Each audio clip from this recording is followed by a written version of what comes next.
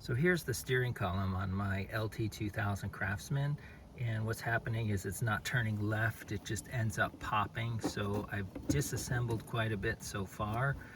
On the opposite, on the underside of this gear here, you'll see a Phillips head. I couldn't get it off, so I had to cut it off because I'm getting a new steering column anyway. So if you can get yours off, then you should be able to then pull your steering column up and out of the way. Now there's a few things that are in the way. One is the gas tank, which sits on a bracket right here. So there's the bracket over there. The steering column goes against it in that location, it touches it. And then the other bracket that's a little bit further up is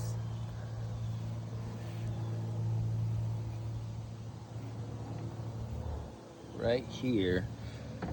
So the steering column goes through this part. This is sitting up here, like so, bolted down, and then the steering column goes through, like I said. So you've got to get this out of the way. In addition to the steering column going through it, your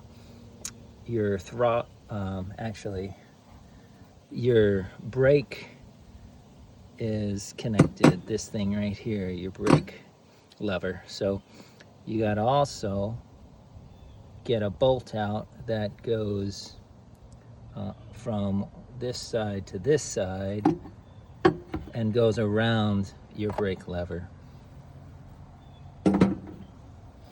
But once you get it down to here, your bracket for your gas tank out of the way, your bracket for stability on the steering shaft loose and disconnected from your brake lever, you can then pick this up and then move it to the side like I did, and then it gives you just enough room that you can pull it down and away. So you can do that with the bracket on. Here's what the end of mine is after I tried to hack it apart because that bolt wasn't coming out and got all stripped. So I'm getting rid of this anyway because the teeth are chewed up. But that's how I went about taking it apart. The other thing you can replace, you can get kits and you can replace this piece too. And it's pretty easy. I mean, you're just taking this bolt off here. On the underside, you'll have to put a ratchet or a wrench on the underside, take this bolt off, and then this one probably too. I'd have to double check underneath. I'm pretty sure this one also gets removed. So that's it. So when I get all the new parts in the kit, I'll go ahead and post that. Here's the bushing that I had to replace. So you can see, a good view, you can see how it's worn out on one side. It's more of an oval shape, and it was causing the steering column to move and the teeth weren't engaging right. And then they would skip, mostly going to the left, but that's what happens. So this little guy just sits inside that hex shape right there. So that just drops into the hex shape like that, and that's what your steering column is riding in. So a new one comes with a kit. So when the kit's here, we'll get to it. So my parts kit arrived for the steering column, and then it comes with the little gear plate here that also I'm replacing. Here's the bushing that wore out, so we'll be using that. This ends up going on the end once it goes through the mower frame, and then this this bolt right, or this screw, I guess, bolt, whatever, goes right in there and holds it in place. So I'm going to walk through the process of putting it back together since I already took it apart, and then you could just follow this backwards when you have to take it apart. So the first thing I'm going to do is just grab this little bushing, and that little bushing is going to drop into that hex shape right there.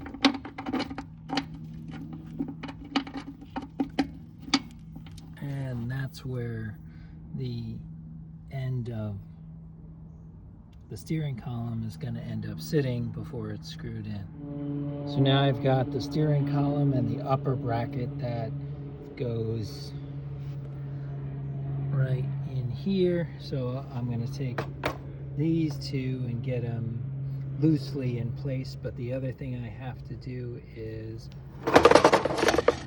over on the end here,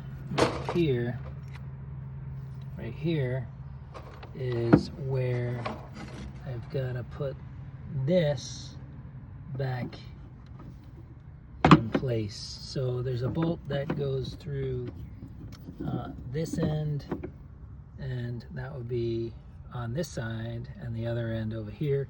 So I'm going to go ahead and get this bracket in place, get this brake lever inside here, screw it in, and then I'll be getting close to having the shaft where it needs to be. So in order to get this bracket in place, I do have to send the shaft up through the console here, and then put the brake lever on. So let me get that started. All right, so I got the shaft going through the bracket here. I've got the 4 bolts, which is 1, 2, 3, 4, just loosely placed in there.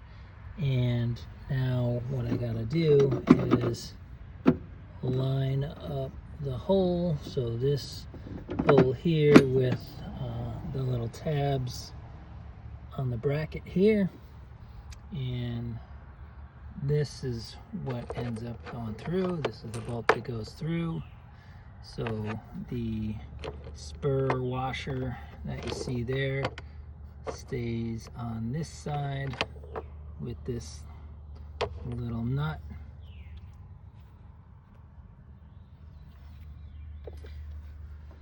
All right, so that little spur washer that you can see in there goes on the inside of the bracket, and then this little square nut thing goes on the outside. So that's how it has to be put together. All right, so the bolt that goes there is a 3/8 inch, so this is a 1/4 inch ratchet, so it can get in there and tighten that down. And then these are 3/8 also, so I'll just go ahead and tighten the 2 on this side and the 2 on that side. All right, so next step, I'm gonna go ahead and put this little flat gear plate in. So that's how this goes in the hole.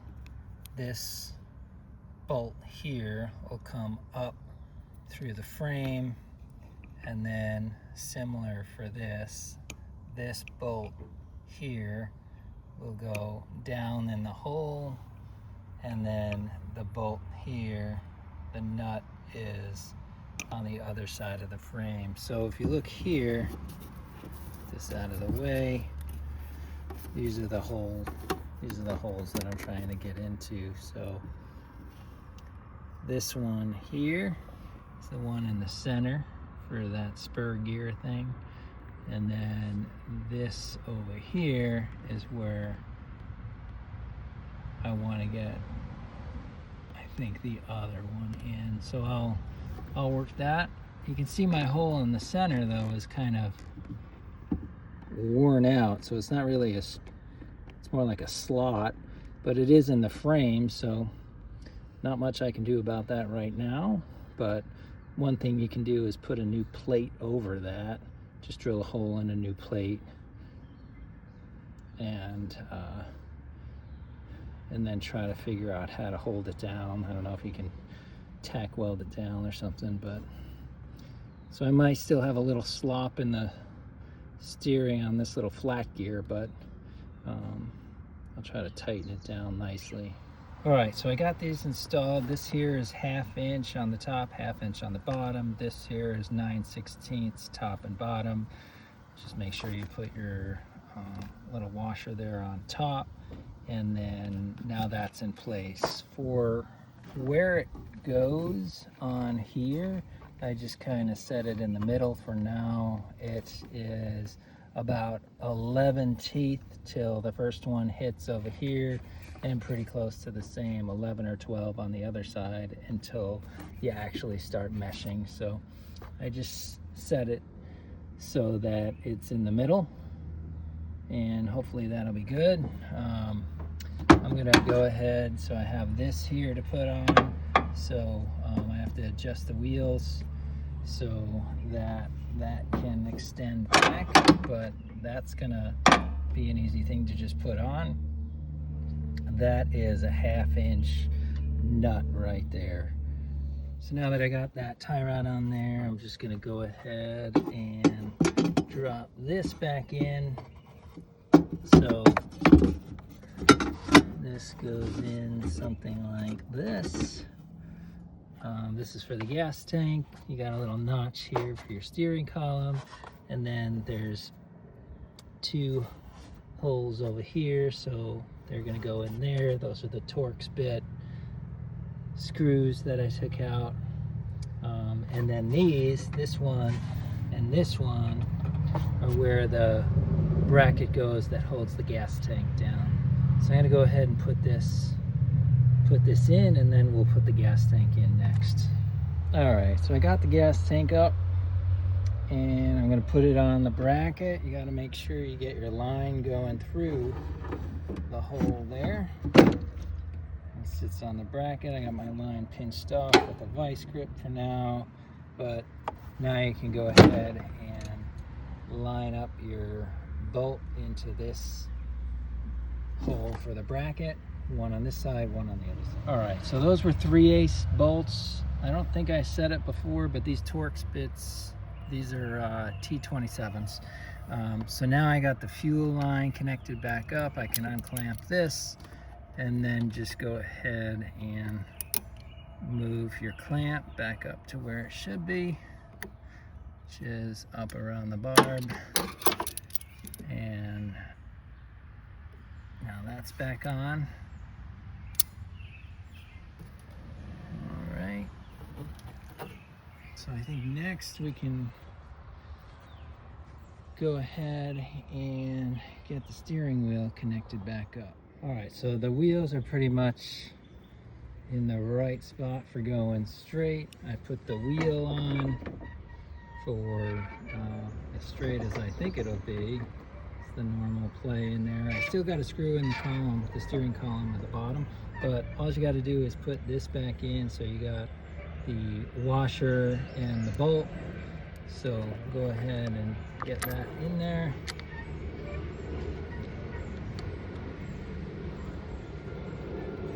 There you go, tighten that down, and then I'll go back and put the washer in the bottom of the steering column. All right, so here is the bolt and the washer that go into the bottom of the steering column, right? They're gonna go right into there.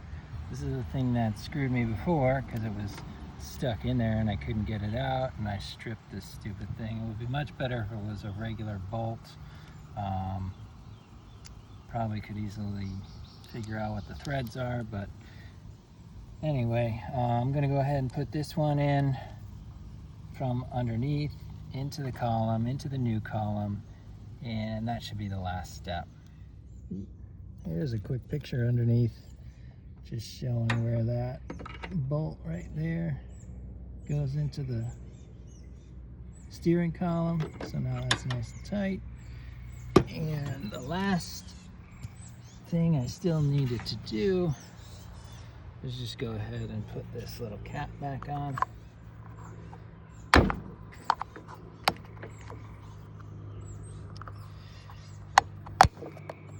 go. All right, so now steering's good. That link is a little loose because it is a little slotted, but a little worn, but it's not terrible. So that's pretty easy to replace. You just take that nut off, and down on this end, this will unscrew out of there, and then you can put a new one in and replace this right here. Last thing I really have to do is put the deck back underneath. All right, so I slid the deck under a little bit more. One of the first things you gotta do, if you took it apart the way I did, is take this cable and get it back into this slot. So you pull it, turn it,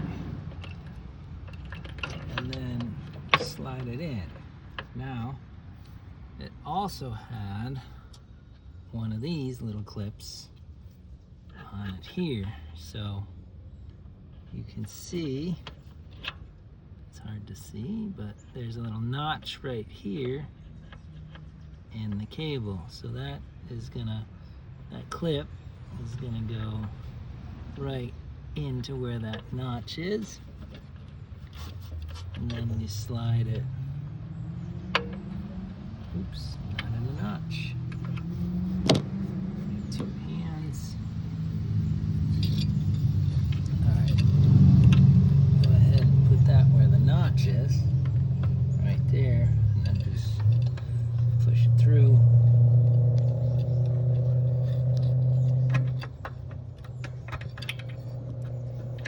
You can do it from the top. Easier.